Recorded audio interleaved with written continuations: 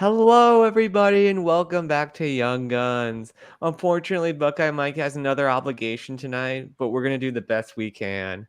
I'm here with Jeffrey, Jackson, and Austin. How's it doing? How's it going, fellas?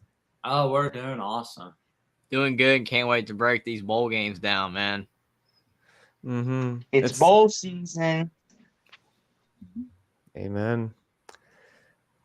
So the first one we got the Homelanders Bahamas Bowl at bright and early 11:30 a.m. tomorrow in Nassau, Bahamas. We got UAB from Conference USA taking on the Miami from the MAC. I I really don't. The MAC to me is significantly the worst conference in the FBS, and they're both 6-6 teams. So I'm going 31-17 Blazers. What about you, Jeffrey? Yeah, I agree with you on the point of the Max pretty weak. They're probably the worst, group of five conference. Yeah, and they got 6 wins, so it's good they made a bowl game. It's gonna be very tough for them to win this game. I think UAB's better on both sides of the ball.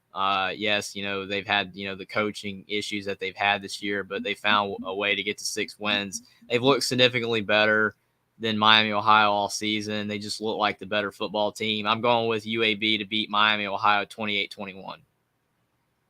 Jackson? Yeah, I got same prediction as Jeffrey does. It's going to be a UAB 28-21 victory in their final game in the Conference USA era as they head over to the American Athletic Conference on July 1st, 2023. And you, Austin?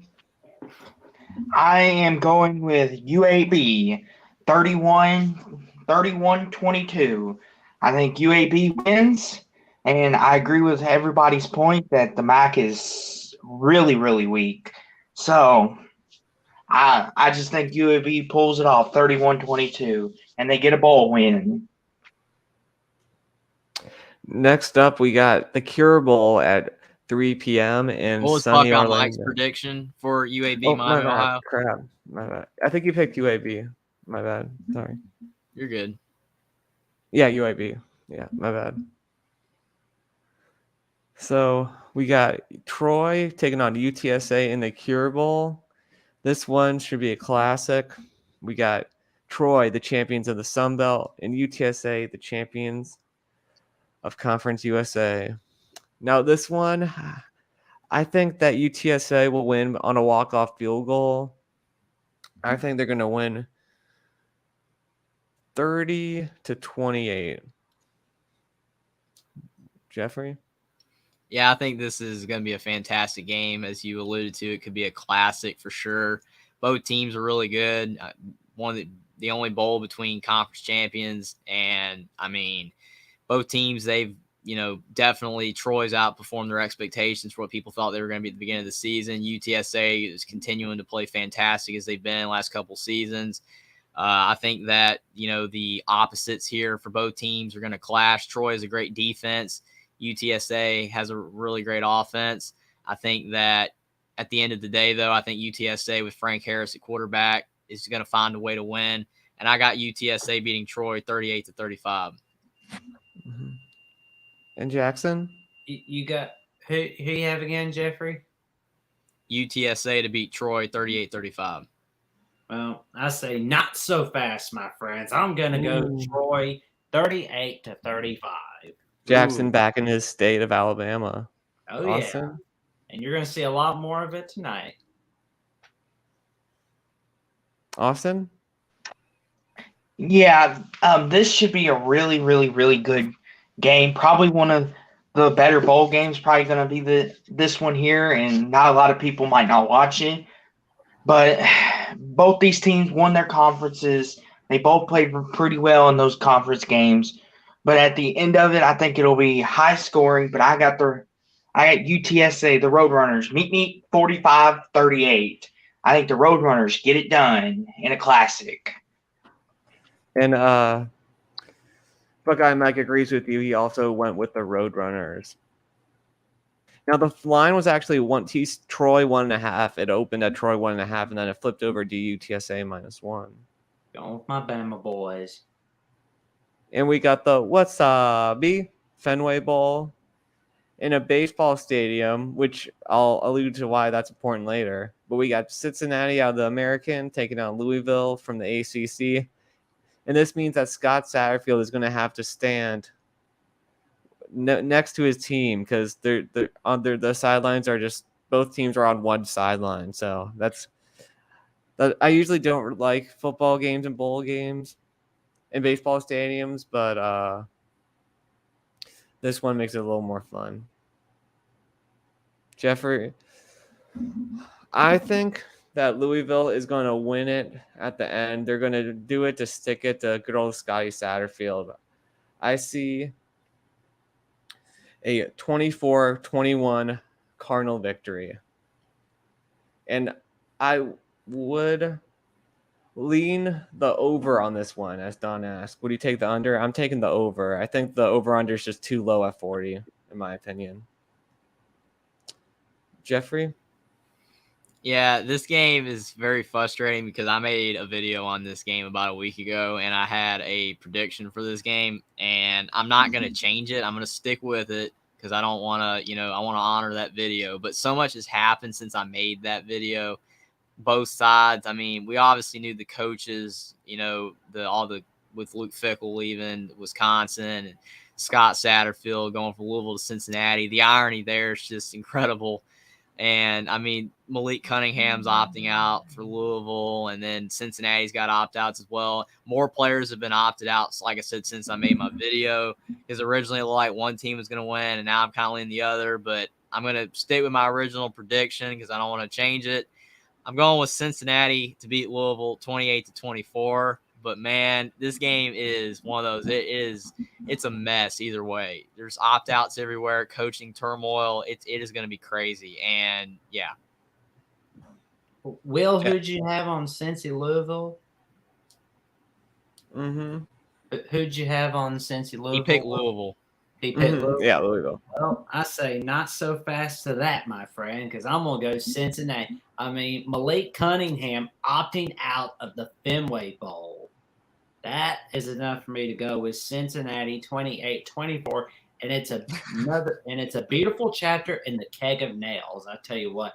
And the fact of Scott Satterfield leaving Louisville for Cincinnati, oh man. It's wow. Talk about desperation and leaving Louisville. We had the same score, man. I had 28-24 Cincinnati as well. Oh, we got the same thing with UAB Miami, Ohio, and same thing with Cincinnati Louisville at the Fenway Bowl. Pretty cool. Austin, I'm sure you have your opinion. This I've got my heart's both ways on this because I love Louisville, as you could tell by the bird on my screen here. But I still like Satterfield, and I wish him nothing but the best in his future at Cincinnati. But this has happened before when a coach has left us. It happened with Bobby Petrino and Charlie Strong, and our team just doesn't respond very well. It seems like our heart gets yanked out of it, and I hate to say this, but I'm going Cincinnati. I'm going Cincinnati 38, Louisville 14. I think they run us over. All right. Well, Buckeye Mike disagrees with you. He's got the birds with teeth in this one. Now, this is a special one. We're going to invite our friend Connor on here afterwards, but we're going to give our opinions first for the Bees and the Gators in the Las Vegas Bowl. I'm going Beavs big. I'm going Beavs 31, Gators 10. I think that the opt-outs for Florida is going to hurt, and Damian Martinez is going to run the Gators over. Jeffrey, do you agree, or do you think something different? Wow, this is a massive game for the Pac-12 and for Oregon State. You can't lose this game. I mean, you're playing a team, as Mark pointed out last night, it's half a team. Florida's decimated right now. I mean, you've got so many quality players that are not playing. Oregon State, they have a couple players that aren't playing either, but it's not as significant. Nowhere near as many players. Oregon State's been very solid all season. As a lot of people have pointed out, even if Florida was at full strength, a lot of people think Oregon State could win this game anyway. I mean, I don't know necessarily about that, but they could. I mean, Florida's been a very inconsistent team, and even when they've been at full strength, they've really struggled. But since they have all the opt-outs, I'm going Beavers. Oregon State 31, Florida 24. Jackson? Show some more confidence in Oregon State. I'm going with Oregon State 38, Florida 17. Mm-hmm. It's And gonna you, Austin?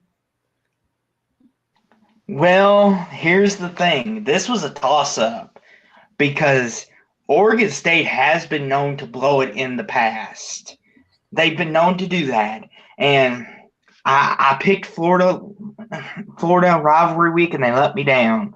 So I was battling back and forth. Yes, I understand Florida's got half a team, and Oregon State's on a roll.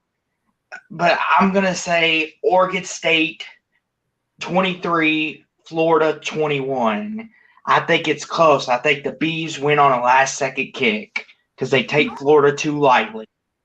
All right. Well, real confident in. Hey, Jackson, at the end of the day, he picked the Beavers, so he still gets the game right, man. Yeah, but I mean, come on.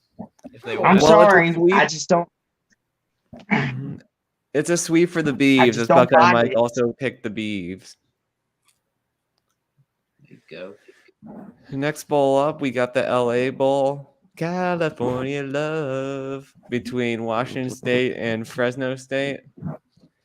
I think my heart is with the Cougs because we interviewed our Coug friend Sam. But I just think that Jake Hayner's too much, unfortunately. And I'm going Fresno 28, Wazoo 24. I'm going with the Bulldogs. And the Fred Snackies, as Rick calls them. There you go. Do you agree, Jeffrey? Go ahead, Austin. You want to say Austin. something? By the way, first. if you haven't checked out that interview with Sam on our Young Guns channel, make sure to check it out. Will and Jeffrey did a great job on it. Make sure to check it out. Doing some good work over here for us. We do our best. Thanks, Austin. Yeah, this is a game where I'm kind of with you, Will. Like you want Washington State to win, help the Pac-12, help the Cougars and everything. But Fresno State, man, I mean, they could be an 11-2 football team right now if Jake Hayner had not have gotten hurt, and he missed a few games and they lost. A lot of people, kind of sleeping on Fresno State for that fact alone. They are a great team. When Jake Hayner's been in the lineup, they're almost unbeatable at their level.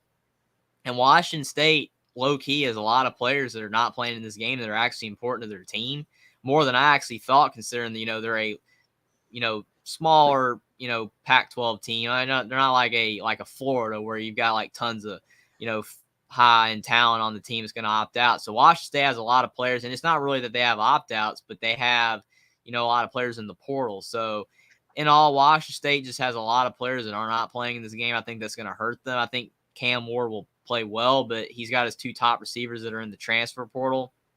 In Fresno State, Jake Hayner's been fantastic all season when he's been in the lineup. Fresno State's a great team. I'm going with Fresno State to beat Washington State 35-31. Jackson?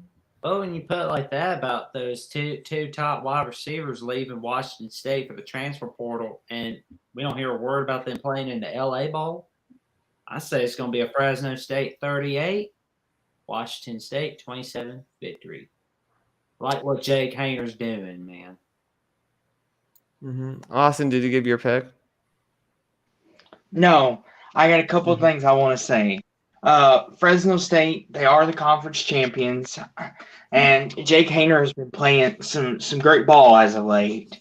But Washington State, they are an improved team. They hung with USC. They hung with Oregon this year, and they beat Wisconsin. I know that's not much of a victory as you look at it, but in their mind, that's still a very good victory because Wisconsin is a brand name. And to hang with all these big Pac-12 teams, except maybe Utah, Washington State's going to make a lot of believers. I'm picking the Washington State Cougars. I'm going Cougars 31, Fresno State 26. The Cougars got me believing. Yeah, And and that's even with all the players not playing for Washington State as well. I mean, you still confident in them? Yes, I feel like this team realizes that they can play with these teams. The old Washington State might have not thought that way, but this one has got new life in it. And I think they win this game. 31-26. Go Cougs. I agree with you. I almost picked them too, but it's a close game at Fresno, but they could win. Yeah, and Buckeye Mike agrees with you, Austin. He has also got the Cougs. The old Pullman pull, huh? Mm-hmm. Yeah, we got the Lending Tree Bowl, and it's Southern Miss from the Sun Belt taking on Rice from Conference USA. I'm going with Southern Miss. I didn't do as much research into this game as I did the others, but I'm going with Southern Miss because they actually beat Tulane. So I'm going Southern Miss 31, Rice 24. Jeffrey?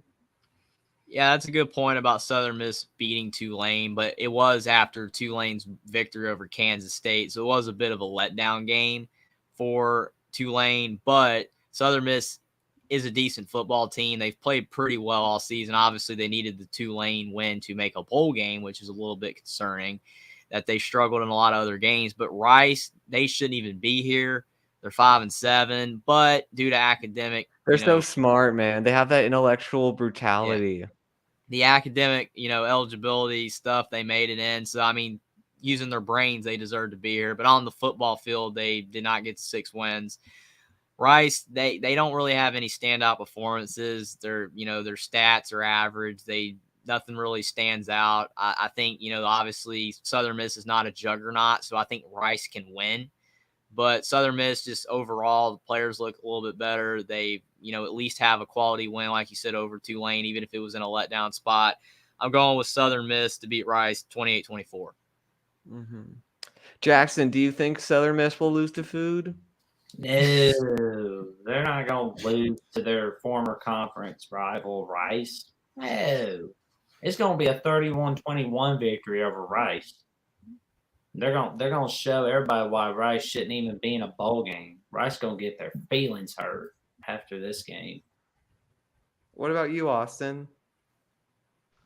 Yeah, I'm still trying to wrap my head around what Jeffrey just said a minute ago about the intellectuals, and that's way over my pay grade. But this was another toss-up for me. I went Rice on this one. I picked Rice in a close one. I picked Rice 33-30 in a close one. I'm going with a little bit of an upset. And Buckeye Mike also agreed with you on that. He also had Rice.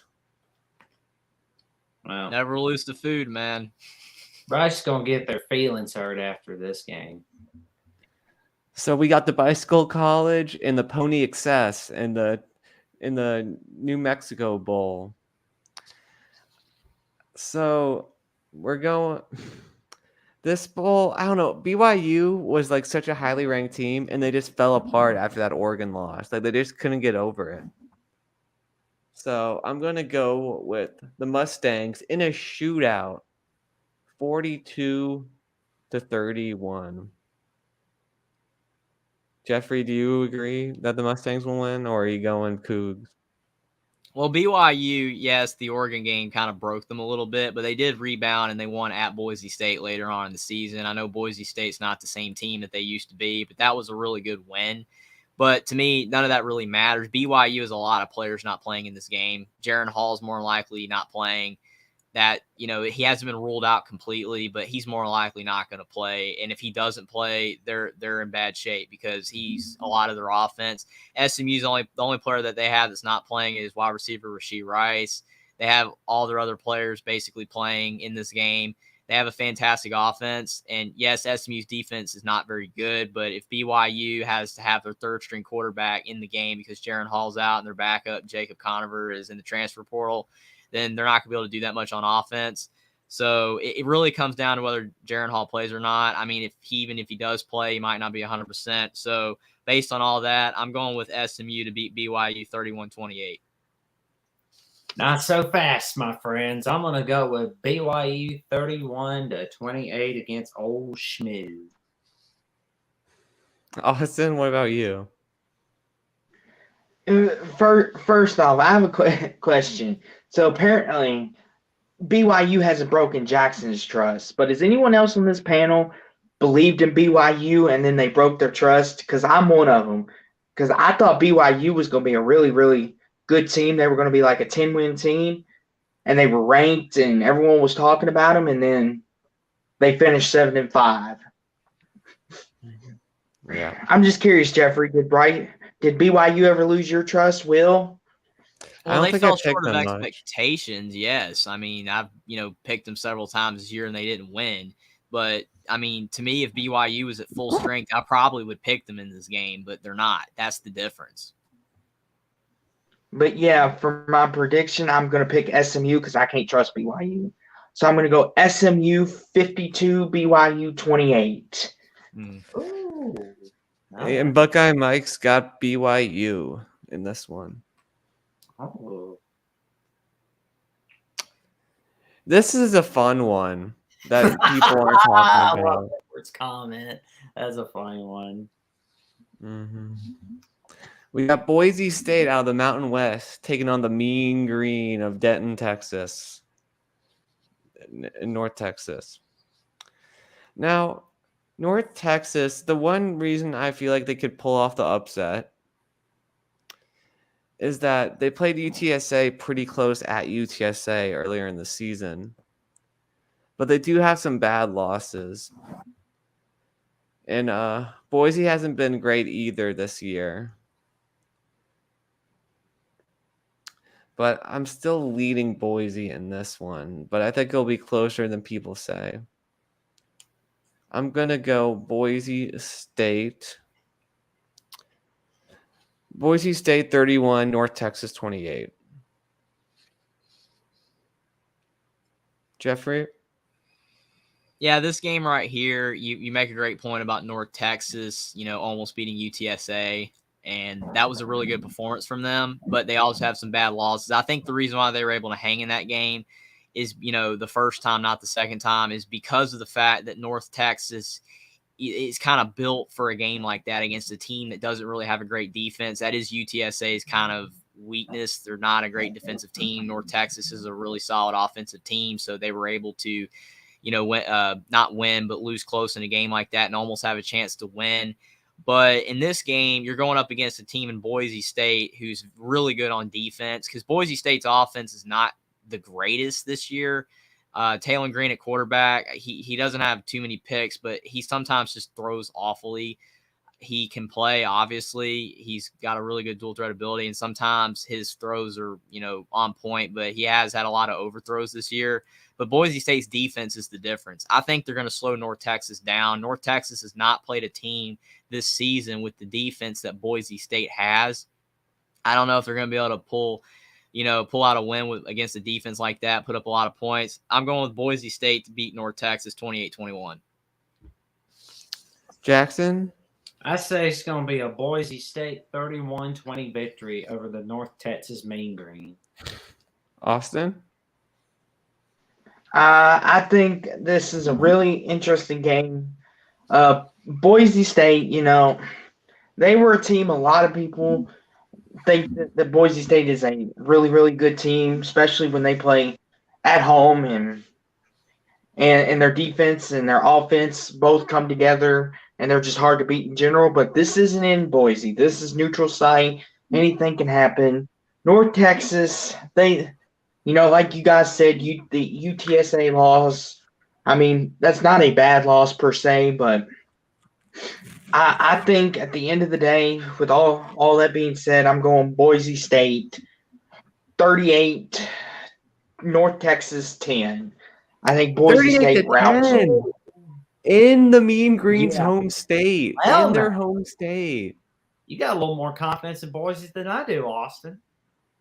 I think they want to bounce back after that conference championship loss. They're like, how did we lose this? This was our year. And they're going to take it out on North Texas. 38-10. They roll. Well, I'm not sure Buckeye Mike has as much confidence in Boise than you do, but he also picked them. The next bowl game involves one of the best teams in the country, Marshall, taking on UConn in the Myrtle Beach Bowl. I'm not only picking Look, Will, Marshall it's your because they beat favorite my team. Irish. I'm not just picking them because they beat my Irish. They're coming in hot with 4 straight. I think the UConn story was good, but I'm going Marshall 31, UConn 10. Mhm. Jeffrey? Yeah, I think that UConn, like you said, it's a great story. Jim Mora, they deserve a lot of credit for, being able to turn around what was one of the worst FBS programs for a couple seasons, to actually making a bowl game. That's awesome. But, I mean, they wouldn't even be here if they hadn't have beaten Liberty, who was going through a mess. So, I mean, I just don't think they have enough on both sides of the ball. And like you said, Will, not just picking Marshall because they beat Notre Dame, but they've played better all season than UConn. I'm going with Marshall to beat UConn 24-21. I'm gonna go Marshall 35-24. I love that turnaround story by UConn, but not gonna work with Charlie Huff and the Marshall Thunder and Herd. And you, Austin? UConn, they're mostly known as a basketball school, as most people know. But what a great turnaround for them. I mean, they used to be the laughing stock, and now here they are, 6-6 in bowl eligibility, taking on Will's favorite team, as we all know, the Marshall Thundering Herd. This will be a lot closer of a game than a lot of people think. But I'm going Marshall 17, UConn 13. Low scoring, but Marshall gets it done. I think Marshall is gonna win the ball game this year. Great story from UConn though. And Buckeye Mike gives us a sweep of Marshall, as he also picked them. We got the Smurf Turf Bowl, the Idaho Potato Bowl, with Eastern Michigan taking on San Jose State. As a rule, I always pick against MAC teams and bowls. I think this will be a shootout. So I'm going San Jose State 35, Eastern Michigan 28. Sparty on in this one. Jeffrey? Yeah, I think this game is, like you said, has the potential to be a higher scoring game. I think that, both teams, obviously they want to be here. It's what's awesome about these lower bowl games these days. The teams are excited to be here, and this one's no exception. Eastern Michigan especially, they have not had an extensive bowl history, but they've played well this season in the MAC, and, they've done a great job to get here. But San Jose State, I mean, the Mountain West is just a better overall conference than the MAC, and you don't want to just base a pick off of that. But you just look at San Jose State; they look like the better team on both sides of the ball. They've had a few games this year where they haven't looked as good. Obviously, as the team that won, 11 games a couple years ago. But I think that San Jose State is going to beat Eastern Michigan anyway, 28-24. Will, who'd you have in this game? You got San Jose. San Jose, and Jeffrey, you got San Jose State too. Mm-hmm. Well, I say not so fast, my friends. I'm gonna go Eastern Michigan 28-21. And who did Buckeye well, or Marshall? yeah.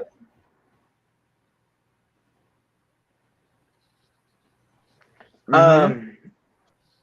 I'm going with Jeffrey and Will on this one. San Jose State. They have looked like the better team, and they have pointed out, both of them have pointed out the Max stinks.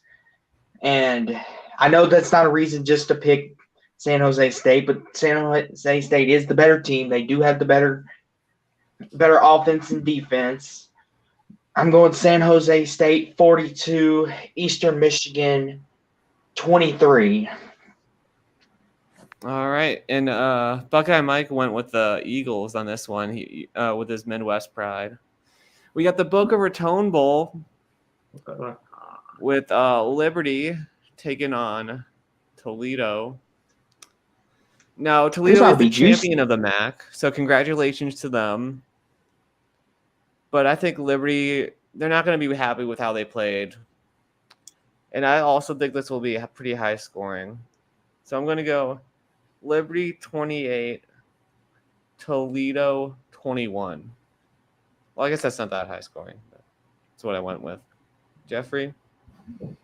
Yeah, like you will, usually pick against the MAC because, they're a very weak conference, as we've pointed out before. The Liberty's in a lot of turmoil right now. I think that, like you said, they'll definitely want to play better than they have the last few weeks of the season, but they're really struggling right now. Obviously, Jamie Chadwell is going to come in and probably fix it for next year, but he can't do anything about it right now. I think Liberty will play better than they have, but I actually am going to go with Toledo to beat Liberty 28-24. Jackson? I'm right with you, Jeffrey, and I say not so fast, my friend Will. I am going with Toledo 35, Liberty 28. Toledo's still mad about how the MAC title game worked out for them. Man, Jeffrey Jackson, you are buying that Toledo hype, aren't you? You're just buying right in.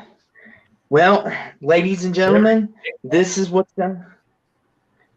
happens. You buy into the hype and it gets you every time. I'm going Liberty. Now that Hugh Freeze is gone, they got nothing to worry about now. And I think Liberty wins this game. I think people are kind of forgetting about them. I got Liberty 34, Toledo 16. I think Liberty wins. Well, Toledo's going to shake the trail dust off of what happened in that MAC title game against Liberty. Mm-hmm. Well, Buckeye Mike and Troy are both going with their in-state team. They're both going with the Rockets. Next up, we got the New Orleans Bowl with South Alabama and Western Kentucky. This is a fun little game. Oh, yeah. Here. But I really like what's it Womack? Womack? I'm sorry. What's the coach's name? He's doing a good job. I'm sorry. I should know his name. Yeah, Kane. I always pronounce it Womack, but I'm not sure. Kane Womack, either or. Mm-hmm. I'm going to go 35-24 South Alabama win. Jeffrey? Yeah, obviously, I think Kane Womack is fantastic as a head coach. He's, was really great at the coordinator level, and he's done a fantastic job with South Alabama this year. But for me, the difference in this game is that Western Kentucky, Austin Reed's in the transfer portal, the quarterback. That's a big key. I mean, he has put up fantastic numbers. Western Kentucky, their defense is not the greatest, like it's never usually been. They're more of an offensive team, but with your quarterback not playing, that's going to be tough. I'm going with South Alabama to beat Western Kentucky 31-28. Jackson, do you agree? I agree that I'm a touchdown ahead of Jeffrey's prediction because it's a 38-28 victory for South Alabama. And yes, Connor Johnson, I most certainly agree. South Alabama almost beat UCLA, so gotta go Jazz. We're right with you, buddy. Mm-hmm. And Austin? Yep. Stole my point right from me. South Alabama, if they wouldn't have made so many mistakes against UCLA, they could have had that game. Mm-hmm. And UCLA kicked the game-winning field goal. And then the infamous video of UCLA celebrating that win over South Alabama. But it seems like that South Alabama's rebound from it. They didn't get too heartbroken. Jeffrey, to your point, WKU, not too far from where I'm at. The quarterback's in the transfer portal, yes, but I still think they'll manufacture offense. So give me WKU 45-17. I think they roll over South Alabama. Okay, well, You think Western You're- Kentucky's going to beat well, you're South? not alone on that. Buckeye Mike also picked WKU. Ooh, you got So- you got state pride too, don't you, Austin? What do you Mhm. know? And our last pick is going to be the bare necessities. The bare necessities. Ah, Taking on the Commander-in-Chief Trophy champions, the Air Force Falcons. Talk about a toss-up. Now, I've gone with Baylor. I went with Baylor a few too many times. I had them beating Texas. I'm not trusting you Bears anymore. I'm going Air Force 28, Bare Necessities 21. Mm. Jeffrey? Yeah, this game right here is just, I don't even know, man. I mean, like you guys have pointed out, and I've picked against Baylor like all season because they're just so inconsistent. Air Force, they've had a really great season this year, and I think that they're going to play really well in this game. Baylor does not have a lot of opt-outs right now. I don't know if that will change, once, the game gets closer, but they don't really have anybody not playing, which I think is going to help them out. Obviously, neither is Air Force because it's Air Force, but I'm going to give Baylor one last shot. I'm going to pick them one more time. I have barely ever picked them this year, but I'm going to pick Baylor to beat Air Force 24-21. Baylor, if you don't win this game, it's going to be very hard for me to ever pick the necessities again, but I'm picking Baylor. Mm-hmm. well, I'm Do you tempted, agree? but to play it, but I'm just like, I'm not in Baylor again. So to make it up to them, I'm picking Baylor 28-24. Ooh, you picking the necessities, Jackson. Yeah, but I don't want any. I don't want any background music to disturb their good spirits ahead in the Armed Mhm. Forces Bowl. So In Austin? Do I need to come in and save you all on this one? Do I have to go the other way just so we ain't like game day? Mm-hmm. I mean, I'm in agreement with you all. I mean, Baylor has done it to us all before. We picked them. I know they burned Jeffrey really good when he picked them over TCU, I believe. He trusted them too much. I think it was TCU? against Texas, I think it was against Yeah. Texas. Yeah. Texas. Thank you. My bad. My apologies. I But picked TCU, man. But yeah, this should be a sneaky good game, as Connor points out. Air Force, they run, they like to run the ball, and Baylor's run defense is so comes and goes. This was a tough one, but I'm gonna pick Baylor 21-18 Baylor. I'm not confident in that. Me neither. Will's the only one that has Air Force so far. Gosh darn it. Well, Buckeye Mike has them too. He also picked Air Force. And do you guys want to do a quick little celebration bowl between Jackson State and North Carolina Central? Buckeye Mike forgot about that one. But that's the HBCU Sure. National Why Championship. not? Can Let's honor. Can Jackson State break the curse? Because I'm pretty sure the team from the Middle Eastern, I think it's the MEAC, has beaten the SWAC like 5 out of the 6 times. So can Jackson State win one for the SWAC? I think they will. I think they just have more talent. I'm going to go Jackson State 42, North Carolina Central 24. Do you think so too, Jeffrey? Do you think the talent will be too much? if I'd have known we were picking this game, I would have done a little bit more research on it. But I will say I'm with you. I at least with Jackson State, you kind of have, some familiarity with the players. They have, some guys that have more talent, like you said, than on the NC Central team. I think that they will get it done. I'll pick Jackson State to beat NC Central 35-28. And Jackson, will you pick your state to win? Well, I'm picking Jackson State to win this one, 38-27. And Austin? I'm just gonna pick Jackson State. Win it for Dion. 49-3. All right. Woo. All right. Well, we're gonna see if our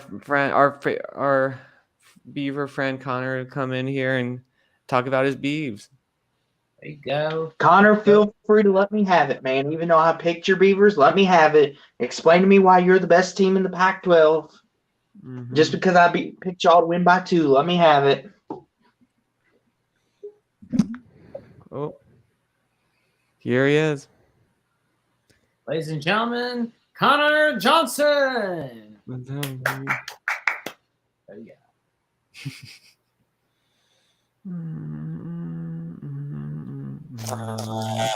Is the Wi-Fi better tonight?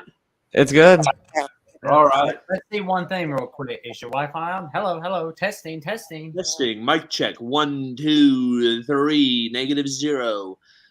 Oh man, thank y'all so much because I legit, and Will could testify, sat in Mark's lobby, whatever you want to call it, of the StreamYard for like half an hour. And then Mark goes, I think this is going to do it, and wraps it up. And Will was so nice. He was like, yeah, come on, man.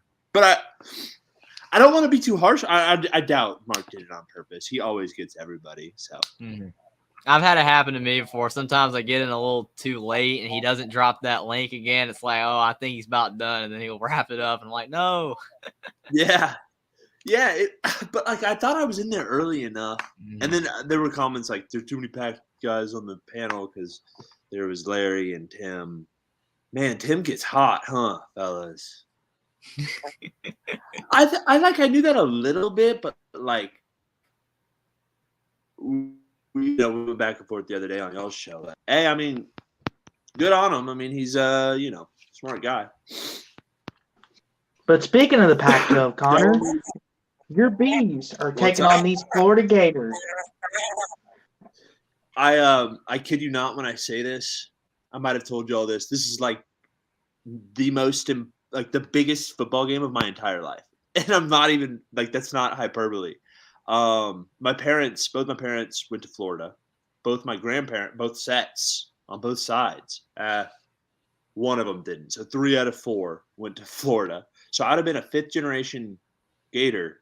My parents always wanted me to go there. It's a hard school to get into. So I grew up huge Gator fan. Obviously, I'm all Beavs now because I graduated from there. And as far as the whole idea that like Florida is not showing up with their team is like, granted, some of their best players aren't showing up, sure, but I think the final number was something like low 20s. And as far as on their offense goes, they're only missing their right guard, Osiris, who is going to the draft, 6'8", 380. He will be replaced by someone who's 6'9", 390.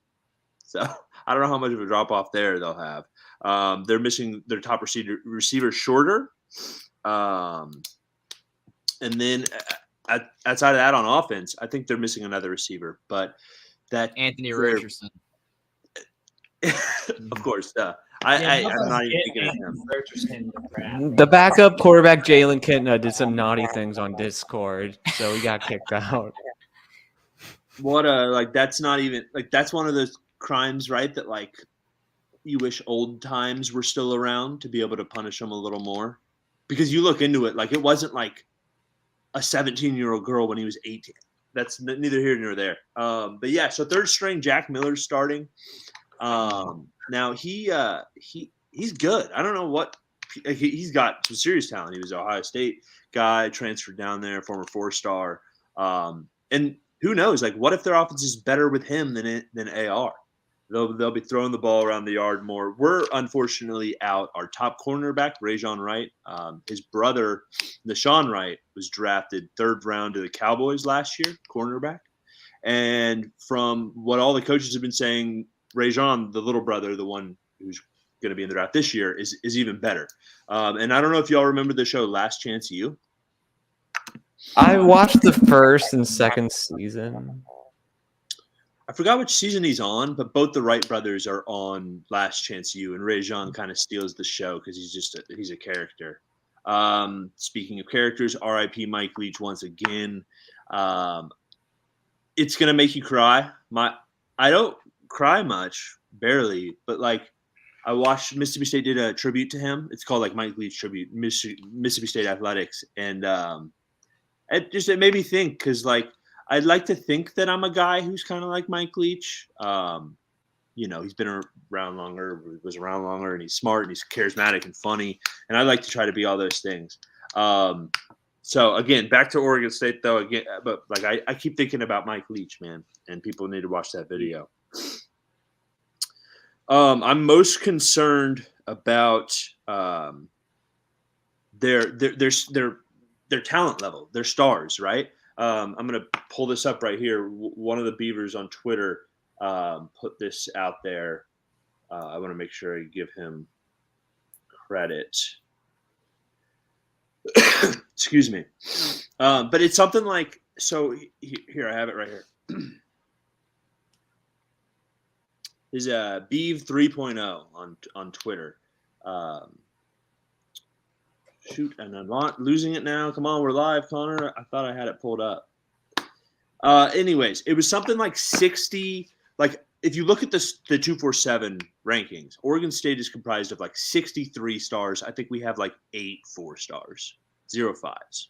You look at Florida's, I think we're ranked somewhere around 50s to 60, 50 to 60 in the composite rankings. Florida's 14th. And they're only missing, a handful.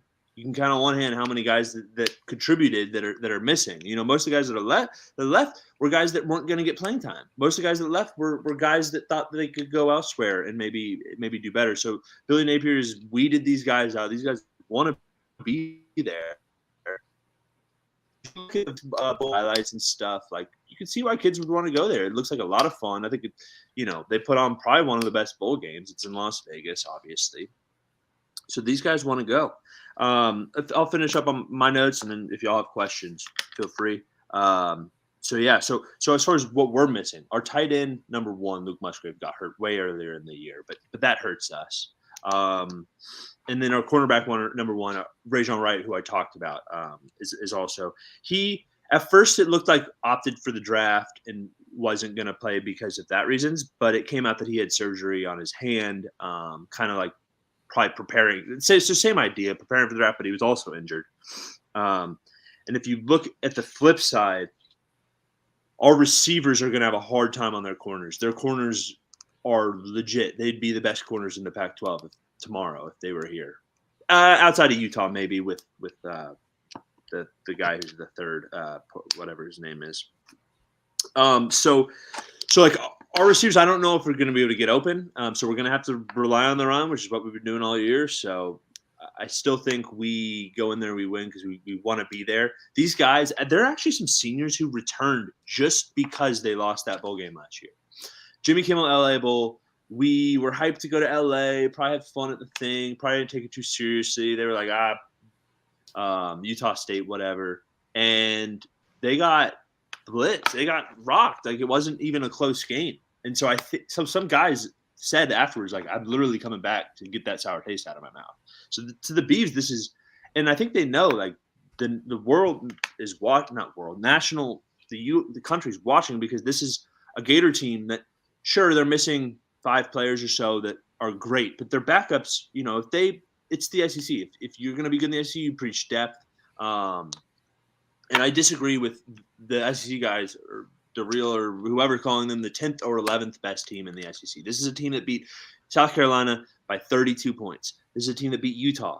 This is a team that, Billy's building good culture. They want to be there. I'm convinced of that. And I think it's going to be closer than people predict. And honestly, I'm worried. And logically, because I'm so familiar with Florida and the SEC, and because I'm so familiar with Oregon State and the Pac-12, my brain tells me to go Florida by like 10 points. My gut says that this team, they're playing like it's their Super Bowl, and they're playing like they're the 10-point underdog, not the 10-point favorite. And I think they get the win. I think it's going to be really close, though.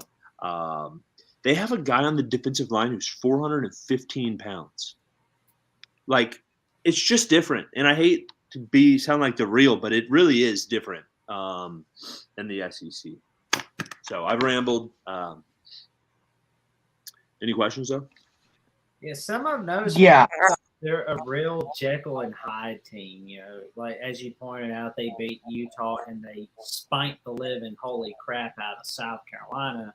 But then they lost to Vandy and Kentucky, had that tight win over South Florida, and they've just been sloppy this year. But Oregon State, they've done very well this year.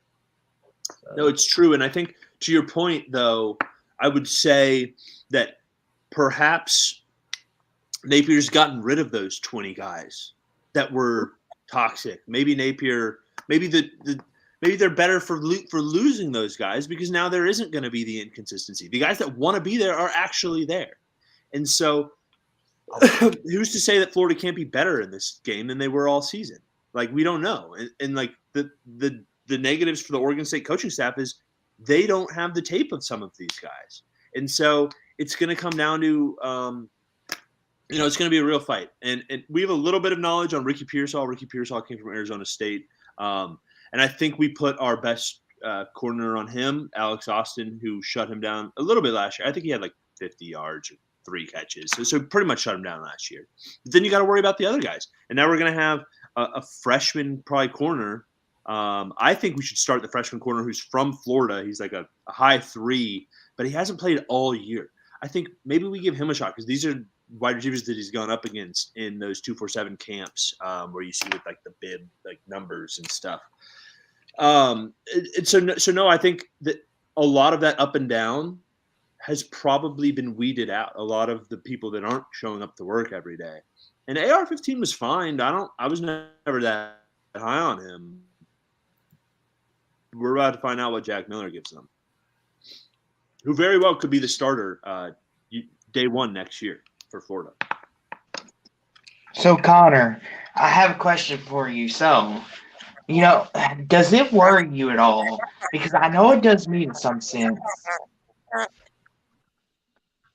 Some sense that when you play these Jekyll and Hyde teams like Florida, but when you play a team like, Utah, that you could prepare for them, that you know what you're going to get out of them, as compared to Florida, you do not.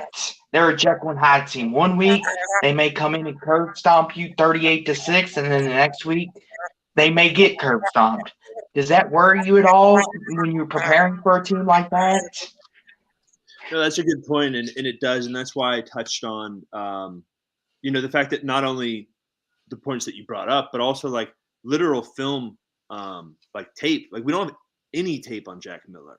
Like, what are we going to do? Go back to his high school, his Ohio State spring game, Florida? And so that worries me. Yeah. I think though that like this group is like all business. And so, but that to me, like, I'm almost betting on the best chance to win this game is Florida not taking it as seriously, Florida out some of their best players. And we have those two things. I think without those two things, it would be an upset if Oregon State were to win. And I still think we're good enough to beat a fully loaded Florida team. But like everybody's been saying, that would have made it maybe more interesting. I think this is equally interesting. We get to see a Florida team. This is almost like week 1 of next year, kind of. But they're in shape. They're ready to go. You look at the, like I said, the Instagrams, Florida players standing next to Oregon State players. You would, if you didn't have any idea what the records were, pretty sure most people would take Florida. But that's all right. This Beavers team built on in Beaver fandom, Beaver team, but like old teams, like the culture is to be the world beaters. The giant killers is a famous term that Oregon State coined, when we beat USC. So yeah, that worries me, Austin. That's a good point. So Yeah. how confident are you that you guys can control the line of scrimmage? Our offensive line, yeah. So I definitely think that this is going to be the biggest D line we've gone up against.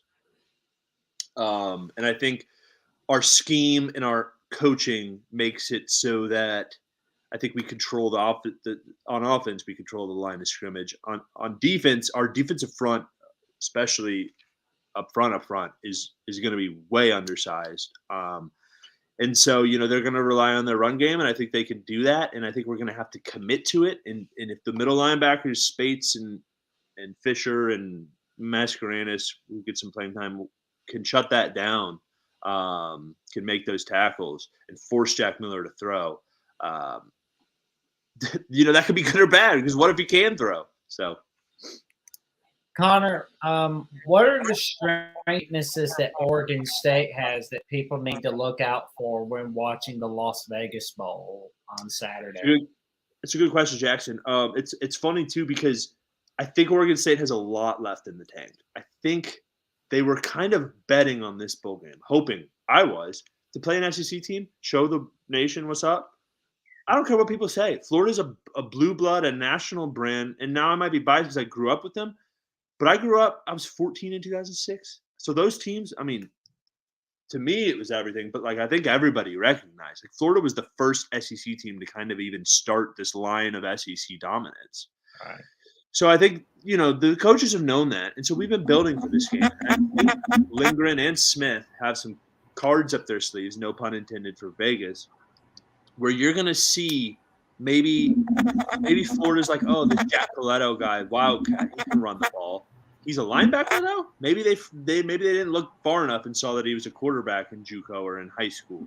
And maybe we do a fake run and we throw it over the top like we've only done once this year. Maybe we do a Tim Tebow jump pass like in 2006 he did against LSU.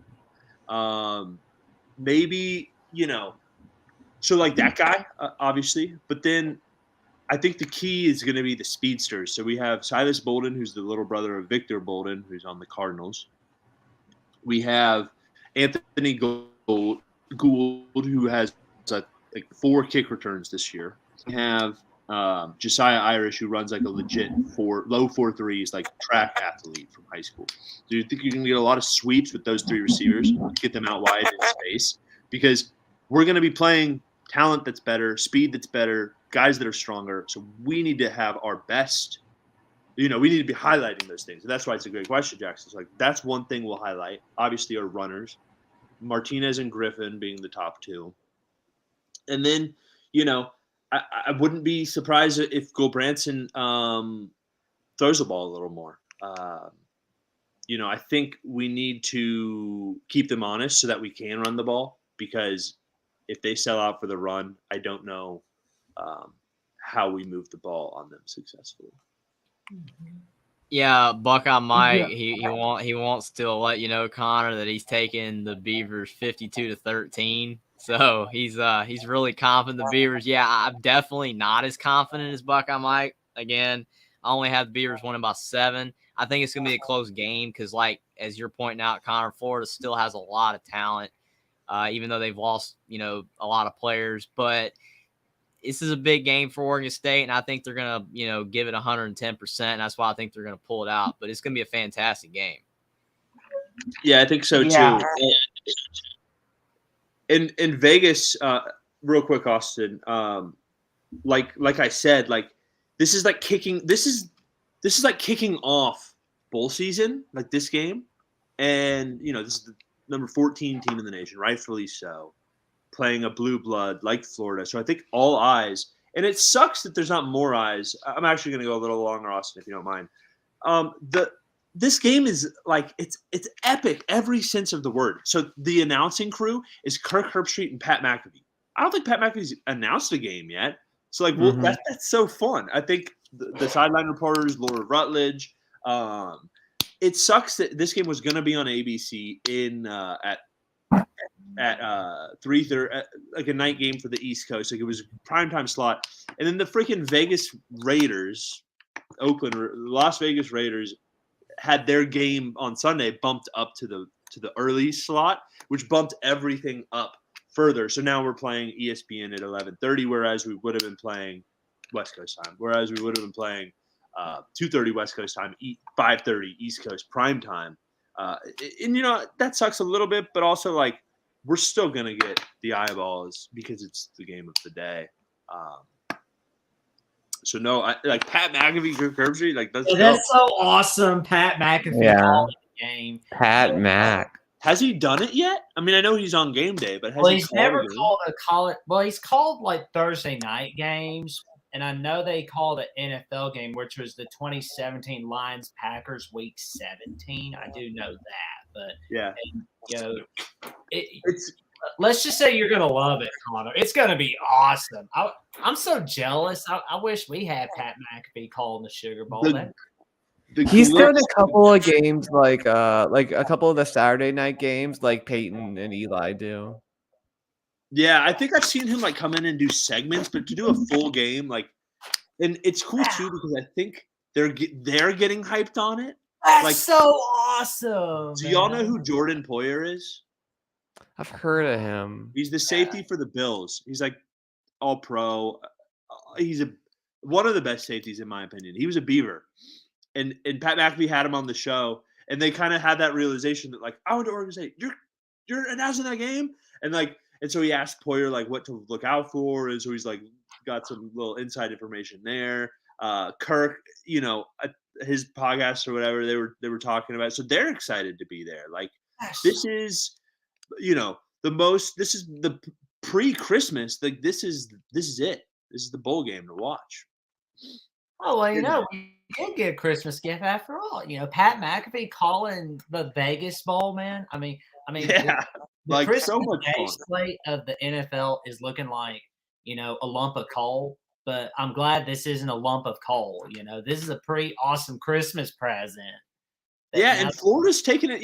I heard what they were saying earlier on Mark's channel. Florida's taking it seriously. The guys that are there and all the Instagram live or videos and stuff that I'm seeing, like, they want to be there, and it's Vegas. I don't remember the last time Florida went west of the Rockies. So, like, it's pretty cool. Way before any of our times. I know. Andrew Austin, sorry. I was trying to. Yes, Connor, I have another question for you.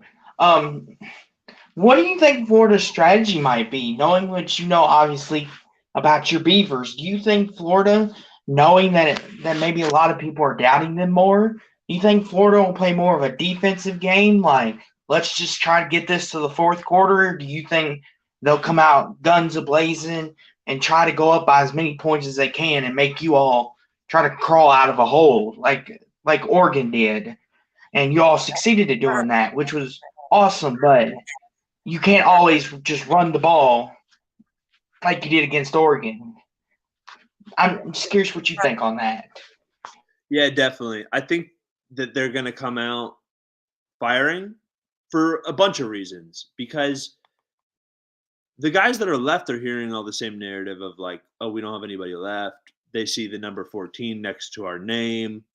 But in the back of their head and in the locker room, not in front of cameras, they're all like, yo, this is a Pac-12 team. This is whack. Like, Utah killed us and we killed Utah. Like, this is the conversation that they're having, where it is a lose-lose for them because they've already announced all these guys that are going to be out or whatever. So, like, I guess I should say win-win.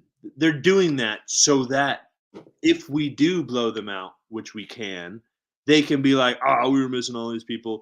But I think Napier realized that, and he's kind of challenging these guys and saying, like, this is a big time game, right? I mean, I think it is. This is my national championship. And honestly, these two teams with their futures and their coaching could very well be meeting in the playoffs again. We've never met them, and that's cool. And it's like I said, for all the reasons, it's cool for me because I got my Gator stuff, which I will not be wearing underneath my Oregon State shirt. There's no Gator ties. My mom's mad at me for that, but Well, at least you got Pat McAfee calling your game. That's so awesome. it's huge. So is Yeah, so did your family live in Florida and then move to Oregon? Is that how it happened? No, so my parents were both born in Florida. My mom, Winter Park, which is near Orlando. My dad, Miami. They met at the University of Florida. Funny story. They met in, I forget the name of the class, but it's like an auditorium style class where the professor at the end of the class is like, I think it's a science class because he's showing the physics of like juggling. And so he asked like, hey, is there any students in here that could juggle? And my dad was like a nerd. He was on like the college ping pong team and stuff. He's like, oh, I can juggle. And my mom literally walked up to my dad after class and was like, I like the way you juggle. And then that's it. So no, they're from Florida. I grew up in Georgia. Both my brother and my sister went to the University of Georgia. I went so house divided. I went to Georgia Southern on academic scholarships. I wasn't smart enough to get into Georgia or Florida. Messed around, no discipline, joined the military.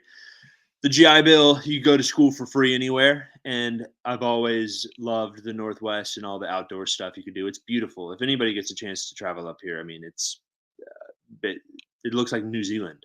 And so I chose Oregon State. It's the more science-minded school out of all the big schools up here. But secretly, in the back of my mind, I was always like, I'm going to go to a school with a football team.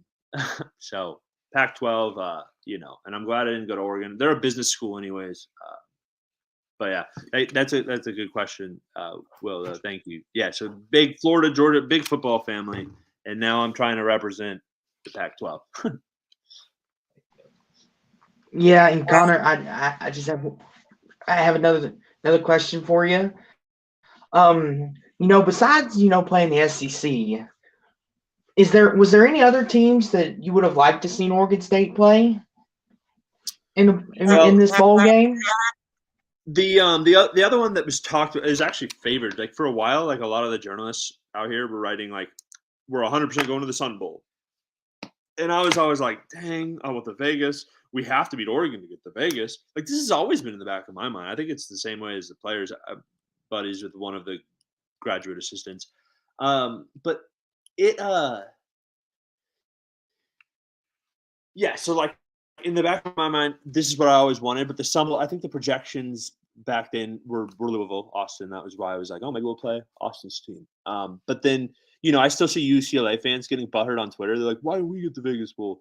And Vegas, they picked before the Sun Bowl, and they looked at 2 9-3 teams, and they saw one with a 14 next to their name, another one with an 18 next to their name. They saw a team that fills their stadium and will travel, and then they saw UCLA's stadium. Sorry, Serge or Chris, Pac-12. And they chose us, and I'm glad they did. As far as other teams, maybe like an SEC team would have been, maybe another SEC team would have been just as fun. I wanted but the fact that it's Florida for me personally is like a big deal. I would like to see out of all the conferences, the game that I think that they might have messed up, the bowl committee, was putting Oregon against North Carolina, and then not Oregon and North Carolina, Florida State versus Oklahoma. Florida State's 9-3. Oklahoma's 6-6. I think Oklahoma and Florida have played a lot in bowl games, which is probably why they didn't want to do it. But that would have been cool. Play Oregon State, the second best ACC team. That would have been a really close game, I think, as well. Oh yeah, I remember that little home and home series that Oklahoma and Florida State had 2010 and 2011. That was pretty cool. Yeah, now they're playing in the bowl, and I don't really, Easy it bowl. Florida State should win that one easy, right? Connor, how does it feel, by the way, that Oregon State and Washington State get a chance to start the Pac-12 off right? How does that feel? Since you're a Pac-12 guy, y'all get a chance to prove all these SEC, Big Ten naysayers wrong. Y'all get to start it off right.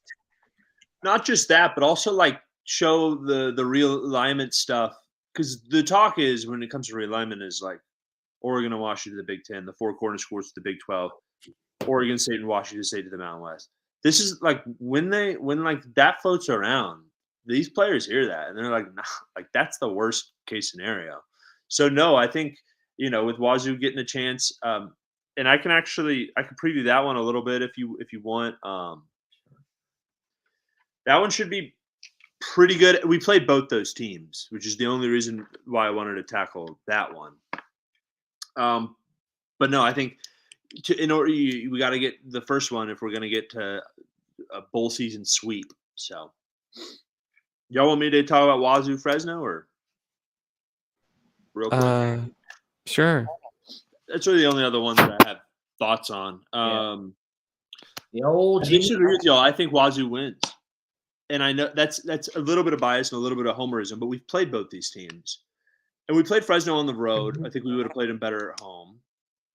We played a full healthy Hainer, which is what Wazoo's getting. But we got pressure on Hainer. And our defensive line, our defense is good. But our front seven, we don't get very much pressure. So if we got pressure on them, imagine what that front four in specific at Wazoo can get on them.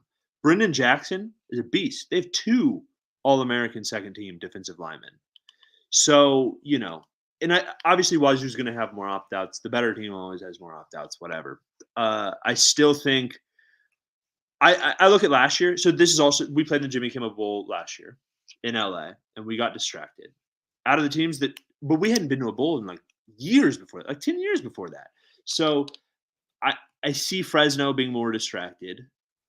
I see Hainer having a good game, but not enough to pull it out. And I think Wazoo wins that one probably by 10. Yeah, that makes sense.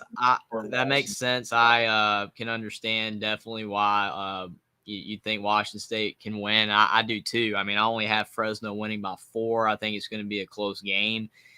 I agree with you that, Washington State's defensive line is really good and they can get after Jake Haener. But for me, though, the transfers at receiver for Washington State, that's not the greatest thing there because of the fact that Washington State's going to have to put up points to win this game. It's going to be very tough for them to overcome that. And plus, even though Washington State's defensive line is really good, they've given up a lot of points to passing teams. Washington scored 51. Penix put up a lot on them. And then Oregon scored 44. Bo Nix put up a lot on them. If Jake Haener has time. So you're right. I literally said in the video that I made on the game, I said if they can put pressure on Jake Haener, they can win. But if Jake Haener gets his way, then Fresno's going to win. It's going to be very tough for them to be able to, and if this turns into a high-scoring affair, it's going to be very tough for them to win because of the fact that Washington State's not at full strength on offense, and Jake Haener is fantastic if he gets time. So it's all going to come down to that. Oh, it's going to be a pretty big win for Fresno. But, on that Oregon State-Fresno game earlier this year, Connor, what was your reaction when Oregon State won on the final play against Fresno? What did both of people say? Jonathan Smith needed a wheelbarrow to carry out his cojones. He said in the post game that he's like, we came all the way down here. If you were to tell me before the game we had a chance to win it right there or go to overtime, he's like, I'm gonna go for it. And it's one thing to have a wildcat quarterback or a quarterback sneak where there's still a chance of something else. It was 100% gonna be Jack Colletto running the ball, and he still did it. It's just we're better than you. It's just it was the exclamation point. And people at the time, since then, people have been trashing Fresno and Boise, and I've been saying all along they're the favorites to win the Mountain West. Sure, they lost some games that they shouldn't have lost, but we beat both of them. Yeah, and how cool is it that your team beat the 2 best teams in the Mountain West? How cool is that? It's huge because we lost to the Mountain West champion last year. So basically, I think that was a big motivational factor in the offseason. It was look, we lost to Utah State on the last game last year, and the first 2 games next year, we get the best, the preseason Mountain West favorites. And we did what we needed to do to tell the rest of the country, yeah, no, we're staying. in the pack. We're not going down there to dominate. But to take Fresno's, I think perspective real quick on the game, they have guys like Nico Remigio, their top receiver, was Cal's top receiver last year before he ditched Cal to go to Fresno. He punt returns, he kick returns. That's a good sneaky weapon that they have. Cropper, it's a dual last name, but another one of the receivers, Cropper, same way. I mean, he had a good game against us, and we have good corners. So, if you're thinking they could do that to us and we're better than – I get that's why people are picking Fresno. I just think – now, Jake Haener will be distracted, but I think the rest of the guys – they go on to Jimmy Kimmel Live. Like, who gets a chance to do that? Like, they get to go introduce themselves, and it's kind of cool. Like, I watched it last year. It was pretty fun. I see Edward in the back. Yeah. If y'all have any more questions? I want to tell Edward that, like, I'm planning on leaving, like, within 5 minutes. Okay. Sorry. Yes, before you go, Connor, I have one last question for you, and it's what everyone wants to know. Score prediction for the Gators and your Beavers. That's great. Real quick, because there are other West Coast schools playing, I think we win all the games. BYU beats SMU. Although SMU to the pack makes me kind of want to cheer for them. Boise handles North Texas. Green. So Green, their quarterback, he came in to replace Bachmeier because he was having an awful game against us. And he was the difference for them to make a comeback. Now, they didn't make a full comeback, but he's a beast.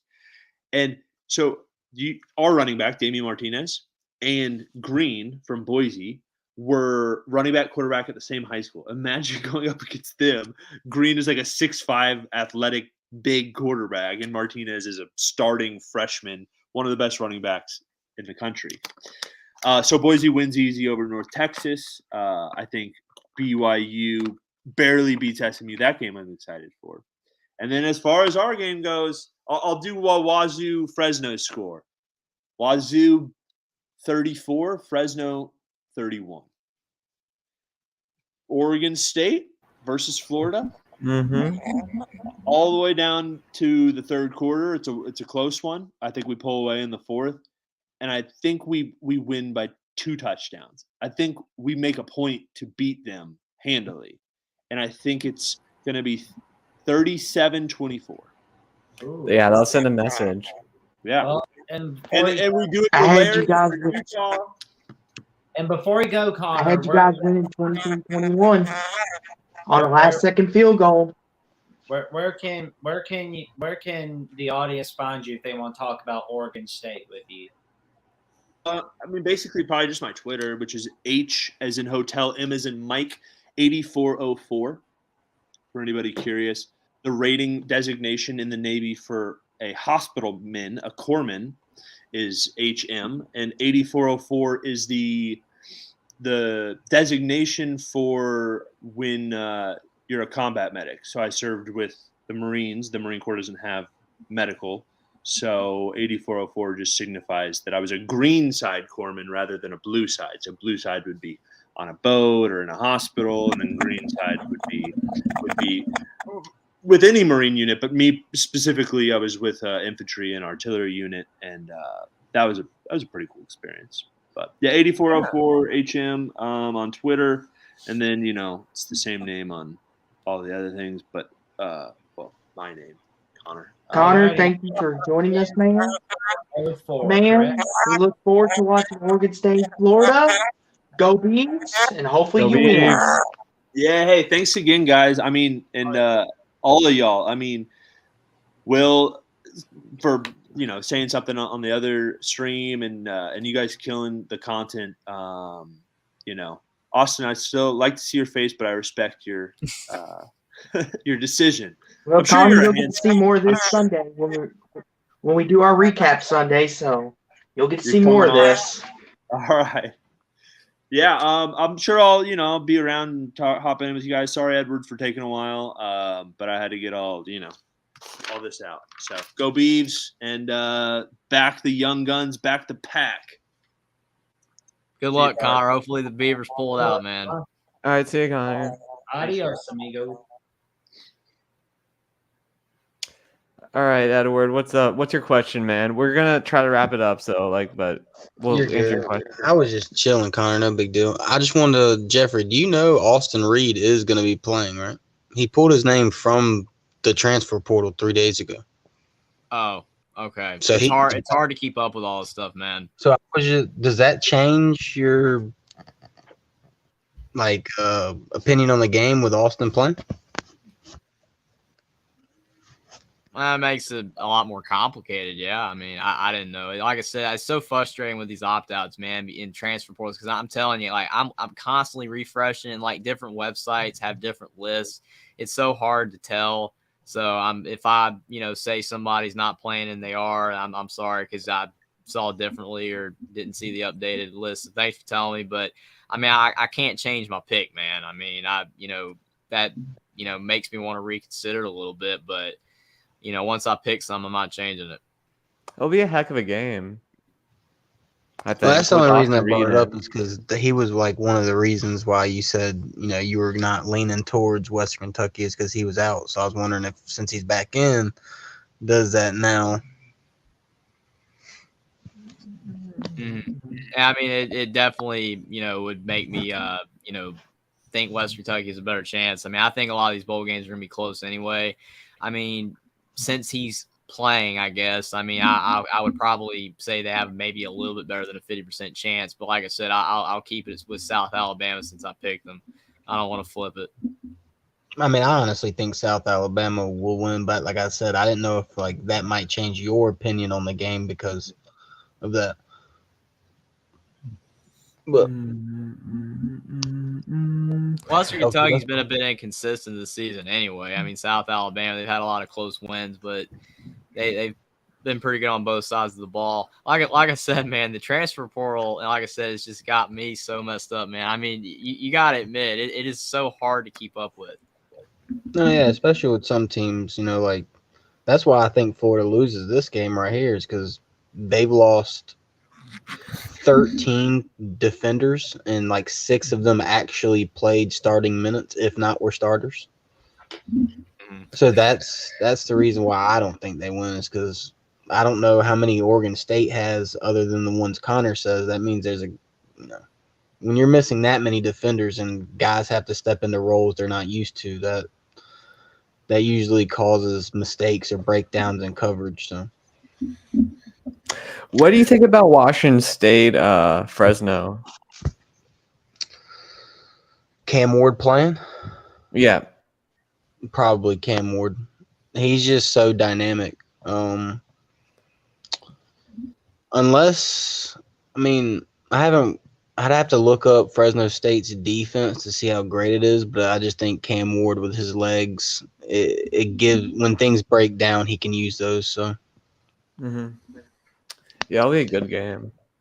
It'll be a good game. Edward, how are you feeling on Baylor Air Force? Because that is a game that on this panel we struggled with because we can't trust Baylor, especially Jeffrey. I mean, I get that, but I haven't seen anyone leave Baylor's team other than I think one offensive lineman, I believe. Mm-hmm. And if that's the case, I would assume Baylor would just walk over them.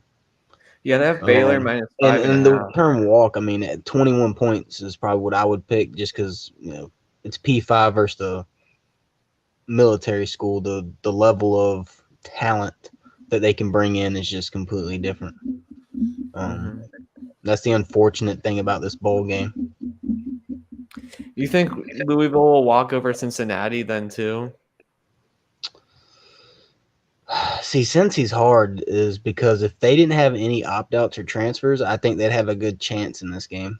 But they've had a lot of players leave their program, especially on the defensive that game side right there is frustrating too because a lot of these picks I made videos on these games and I've kept my picks the same. Like with the Austin Reed situation, when I first did that game, in my mind he was in the portal. So and obviously now he's back for whatever reason. Had no idea.